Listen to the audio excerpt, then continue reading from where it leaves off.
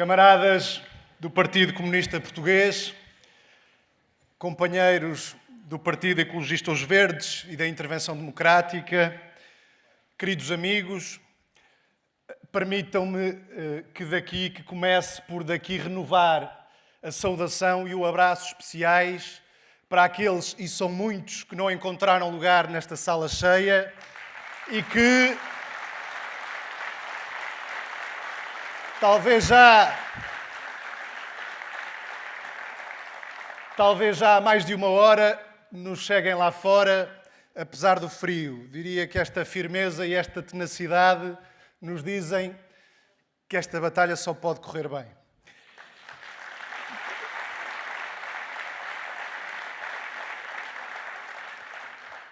Diz uma velha máxima que um povo sem memória não tem futuro.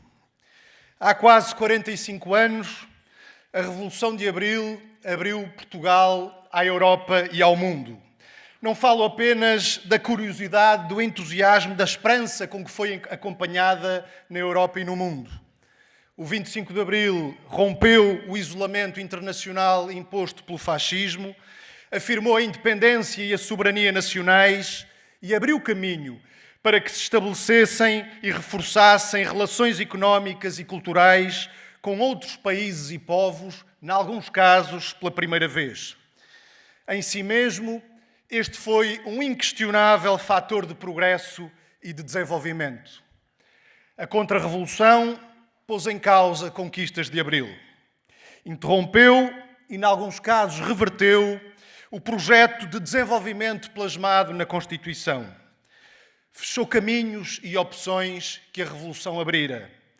A adesão à CEE, há 33 anos, inseriu-se neste processo.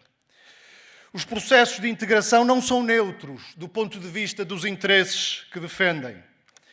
A União Europeia, dada a sua matriz política e ideológica, os seus objetivos, a sua natureza capitalista, deu alento e suporte à política de direita de sucessivos governos nacionais.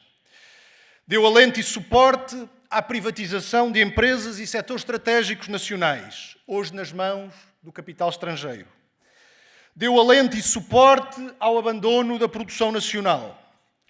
Deu alento ao ataque aos direitos sociais e suporte à degradação dos serviços públicos e das funções sociais do Estado. Deu alento e suporte à compressão dos salários, à redução dos direitos laborais e à precariedade. Deu alento e suporte ao aumento das desigualdades na distribuição da riqueza, a crescentes injustiças sociais. Deu alento e suporte a uma política externa seguidista, de submissão a estruturas de comando e a interesses contrários aos do país. Como é óbvio, os que amarraram Portugal a este caminho não disseram ao que vinham. Pelo contrário, para esconderem ao que vinham, trataram de espalhar promessas e ilusões. Da Europa conosco ao pelotão da frente, tudo serviu e tudo serve. Mas essas palavras levou-as o vento. O mercado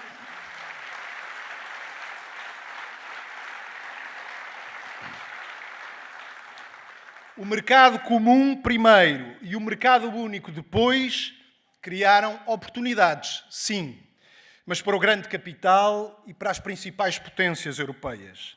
Não foi um mercado de 300 milhões de consumidores primeiro e de 500 milhões depois que se abriu à produção nacional. Foi um mercado de 10 milhões e a produção nacional que foram tomados por estas potências e por estas multinacionais. Destruição de setores industriais que foram alienados ou não aguentaram o embate de uma concorrência desprotegida, destruição de centenas de milhares de explorações agrícolas e abandono de centenas de milhares de hectares de cultivos e pastagens, destruição de mais de metade da frota pesqueira, desemprego, assimetrias regionais e abandono rural, dependência alimentar e tecnológica, insustentável endividamento externo. Eis a crua realidade que confronta as promessas e as ilusões que nos foram vendidas. algumas ainda hoje repetidas, sem muita vergonha, diga-se. Os famosos fundos europeus não são, nem nunca foram, uma expressão de solidariedade da União Europeia para com o nosso país. Supostamente seriam uma compensação, parca compensação, que nunca compensou verdadeiramente o que perdemos, o impacto negativo do mercado único, das políticas comuns e, sobretudo, da moeda única. Compensação cada vez menor, interesseira, condicionada ao cumprimento de objetivos impostos e, ainda por cima, malbaratada por sucessivos governos. Venderam-nos e continuam a vender a ideia da soberania partilhada, do exercício comum das soberanias e agora até a ideia da soberania europeia. A verdade, porém, é que já todos percebemos que a França é a França e que quem manda é a Alemanha. A intenção anunciada de pôr fim às decisões por unanimidade nos poucos, embora importantes domínios em que esta ainda subsiste, pretende reforçar ainda mais o poder das principais potências e acabar definitivamente com os resquícios de igualdade formal entre os Estados. As mistificações, por mais elaboradas que sejam, não escondem uma nova versão do manda quem pode, obedece quem deve, a que nos querem sujeitar. Camaradas e amigos, há precisamente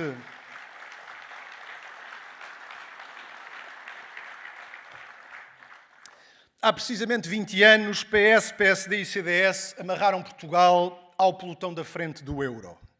O grande capital nacional e os seus representantes políticos disfarçaram este seu projeto político de grande desígnio nacional. Mas estes 20 anos chegaram e sobraram para demonstrar que o euro, em vez de o apregoado progresso social, significou retrocesso social. Em vez de mais emprego, muito mais desemprego e precariedade. Em vez de melhoria dos salários e do poder de compra, degradação dos salários e do poder de compra, aumento da exploração. Em vez de convergência com os países economicamente mais desenvolvidos, divergência económica e social. Com o euro, aumentaram as desigualdades, a pobreza, a imigração forçada, o envelhecimento da população, as assimetrias regionais. Com o euro, em vez de investimento, houve desinvestimento, desindustrialização, terciarização e financiarização da economia, desnacionalização de empresas estratégicas, uma explosão do endividamento externo. Nada do que prometeram ao povo português, tudo ao contrário do que prometeram ao povo português. Com o euro, Portugal foi, neste período, um dos países que menos cresceu no mundo. 0,9% ao ano em termos médios. Se antes do euro crescíamos mais do que a média da União Europeia e mais do que a média mundial, depois do euro passamos a crescer muito abaixo de ambas. Divergimos, atrasámo-nos. 2 décadas perdidas, que mesmo os anos mais recentes não põem em causa, antes confirmam. Perante o descalabro do euro, os seus defensores, numa fuga para a frente, disseram que a obra estava inacabada e que era necessário concluí-la. A reforma da zona euro, levada a cabo nos últimos anos, alteou os muros da prisão do euro. O euro tornou-se ainda mais pesado, mais rígido, mais devastador. Se o Pacto de Estabilidade, criado em 1997, quando a maioria dos governos na União Europeia, incluindo o português, eram de partidos ditos socialistas, se o Pacto de Estabilidade dizia restringiu severamente a margem de manobra dos Estados para implementarem políticas conforme a sua realidade e as suas necessidades, os derivados mais recentes do euro, o Pacto de Estabilidade revisto, a Governação Económica, o Semestre Europeu, o Tratado Orçamental, consagraram definitivamente a chamada austeridade.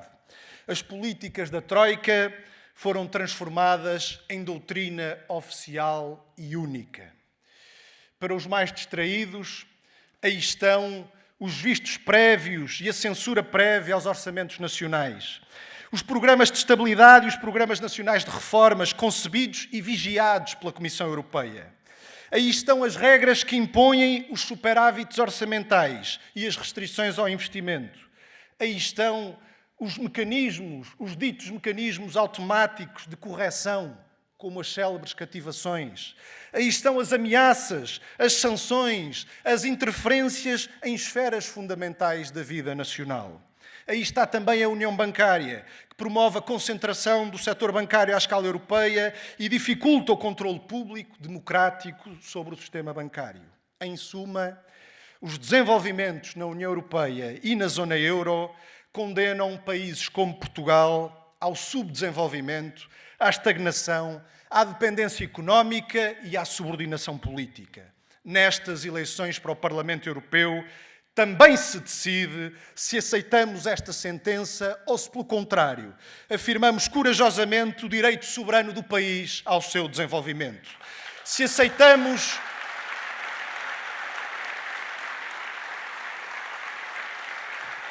aceitamos a continuação desta opressão nacional, que é também uma opressão de classe sobre os trabalhadores e o povo português, ou se mobilizamos forças para romper com a dependência e a subordinação. Se aceitamos que o aprofundamento do projeto supranacional de domínio económico e político continua a dar pasto aos nacionalismos e à extrema-direita, ou se afirmamos a soberania nacional como um elemento fundamental de uma alternativa progressista.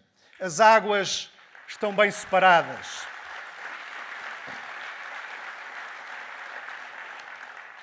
De um lado, do lado das falsas promessas e das ilusões, do lado da abdicação nacional, do lado da União Europeia, do grande capital e das grandes potências, estão PS, PSD e CDS, além de outros igualmente velhos, mas com novos embrulhos.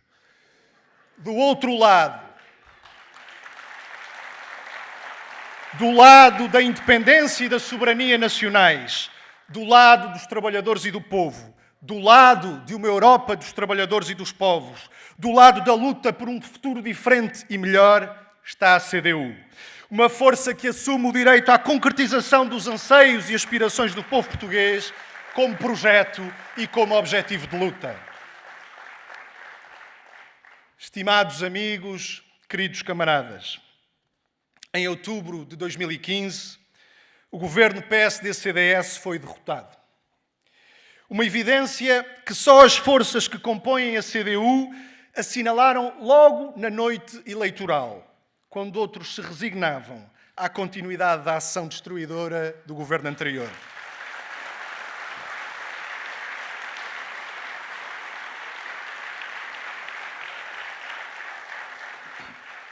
O caminho então aberto e percorrido não teria sido possível sem a iniciativa da CDU. Mas da experiência dos últimos 3 anos, há 3 conclusões que devemos tirar e que são da maior importância nesta batalha das eleições para o Parlamento Europeu. A primeira conclusão é que foi ao arrepio das orientações da União Europeia que se registaram avanços. Nunca esquecer que várias medidas foram alvo de críticas, de ameaças e de tentativas de bloqueio por parte da União Europeia. A reposição dos salários e dos feriados roubados. O aumento do salário mínimo nacional, ainda que muito insuficiente. A reposição das 35 horas de trabalho na administração pública. O aumento das pensões. A valorização das prestações sociais. A reversão da privatização das empresas públicas de transportes, entre várias outras importantes medidas para os trabalhadores e o povo, foram concretizadas contra as recomendações e as pressões da União Europeia. A segunda conclusão é de que, apesar disso, as políticas, as orientações e as imposições da União Europeia, especialmente as associadas ao euro, estão ainda a entravar a resposta a problemas estruturais do país e as justas aspirações da população. Estão a puxar-nos para trás quando o que é preciso é avançar. O PS e o seu governo submetem-se. O PSD e o CDS, com hipocrisia e oportunismo, criticam os efeitos, mas apoiam cá e lá no Parlamento Europeu as políticas que os provocam. E os resultados estão à vista. na degradação dos serviços públicos, na falta de investimento na saúde, nas filas nos hospitais e nos centros de saúde, na situação caótica nos transportes, no subfinanciamento da educação e da cultura, na obsolescência do aparelho produtivo nacional, nas assimetrias regionais, no abandono do mundo rural, nos baixos salários, nos jovens que emigraram e que não regressam, nos direitos roubados e ainda não devolvidos, nos apagões na contagem do tempo de serviço para a progressão das carreiras. Tudo isto está de alguma forma ligado à submissão às determinações da União Europeia. Este é o significado concreto da União Europeia na vida de milhões de portugueses, não as estrelinhas reluzentes sobre um fundo azul da propaganda oficial.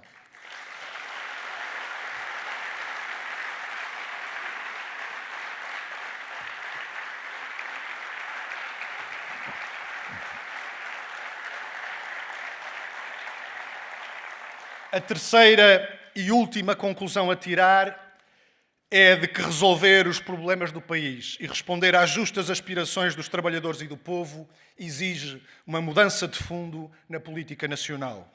Exige confrontar e enfrentar as políticas e as imposições da União Europeia, esteio da política de direita das últimas décadas, especialmente das associadas ao euro e à União Económica e Monetária.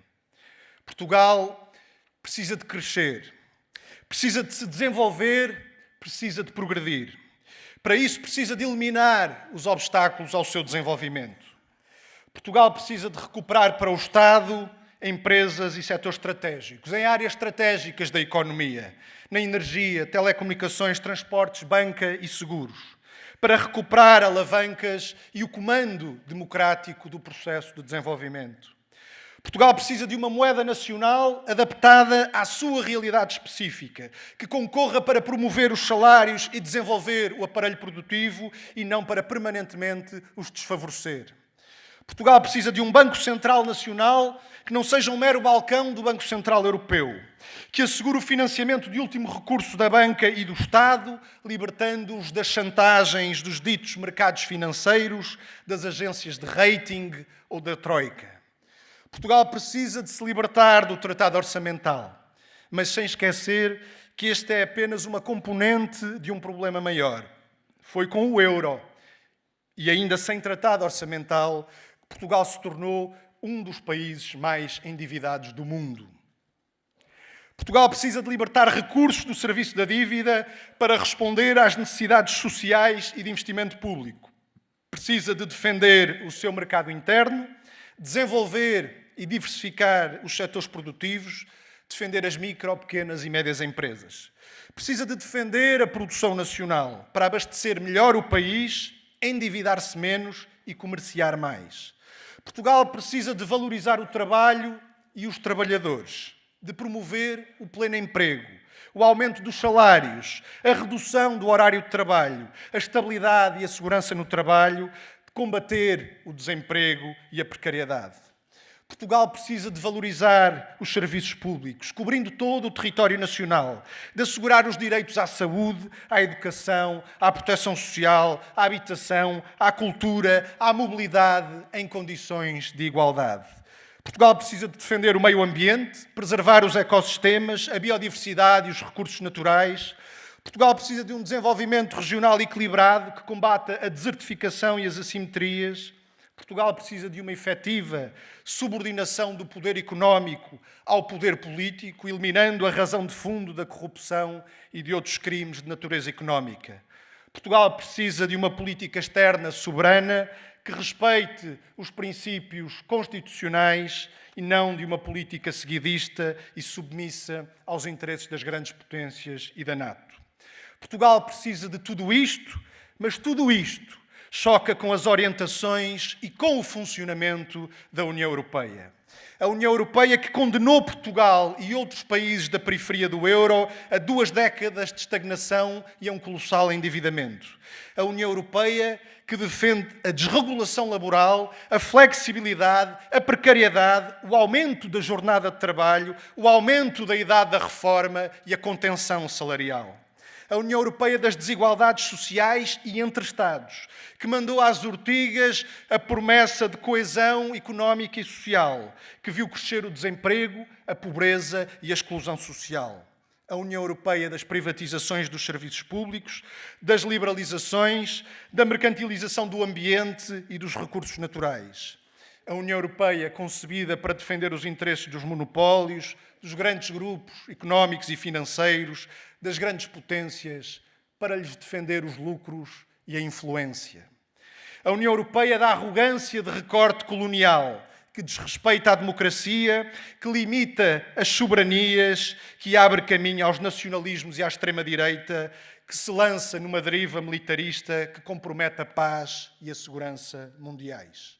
Amigos e camaradas, aos que confundem deliberadamente a União Europeia com a Europa, dizemos que a União Europeia afronta princípios e valores históricos civilizacionais que resultam da luta dos povos do continente europeu.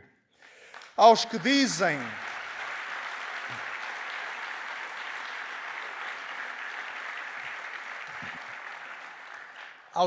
querer salvar a Europa, querendo, na verdade, salvar a integração capitalista europeia, dizemos que salvar a Europa das conquistas dos trabalhadores e dos povos, das grandes revoluções emancipadoras e do seu imenso legado, salvar esta Europa exige derrotar a União Europeia das transnacionais e das grandes potências.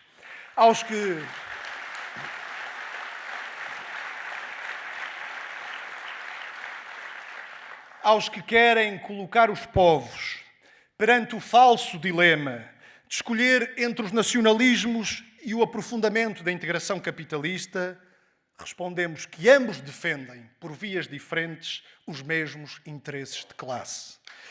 Que a extrema-direita explora o descontentamento social criado pelas políticas da União Europeia, protagonizando uma deriva ainda mais reacionária. Perante a profunda e arrastada crise da integração capitalista europeia, que revela os seus limites históricos, vale a pena afirmarmos com convicção que uma outra Europa dos trabalhadores e dos povos é possível e necessária. A Europa do progresso e não a do retrocesso social. A Europa do desenvolvimento económico e não a da estagnação e do declínio. A Europa da democracia e da soberania dos povos, das soberanias nacionais e não a das imposições supranacionais de pendor neocolonialista. A Europa dos direitos humanos e não a que os invoca demagogicamente e os espezinha. A Europa da paz e da cooperação e não a do militarismo e da guerra.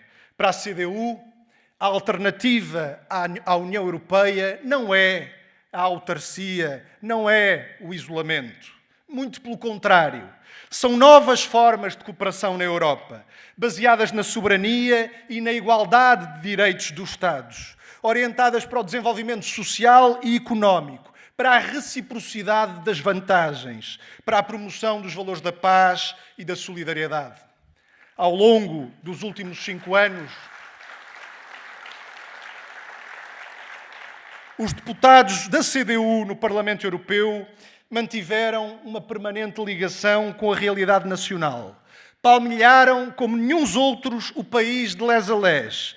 Defenderam firmemente os interesses dos trabalhadores, do povo e do país, combatendo todas as decisões que os prejudicassem. Destacaram-se na apresentação de propostas concretas, de medidas para minimizar os condicionalismos e consequências negativas da integração. Lutaram contra as imposições, contra as ameaças e as chantagens dirigidas contra o nosso país, contra as limitações à democracia e à vontade dos povos. Promoveram por todos os meios, recursos e possibilidades, em prol dos interesses de Portugal. Agiram em articulação solidária com a luta dos trabalhadores e dos povos de outros países, para romper com o processo de integração capitalista europeu e abrir caminhos alternativos a um projeto de cooperação solidária assente na paz, no progresso e na justiça social. Lutamos com a confiança de que nada pode impedir o povo português de afirmar e concretizar o direito a decidir do seu próprio destino. Confiança justificada pela justeza das nossas convicções e pela segurança de posições a que a vida veio a dar razão. Com toda a confiança e determinação, aqui afirmamos que a luta por uma alternativa patriótica e de esquerda é parte integrante da luta por uma outra Europa dos trabalhadores e dos povos. Ao lutarmos aqui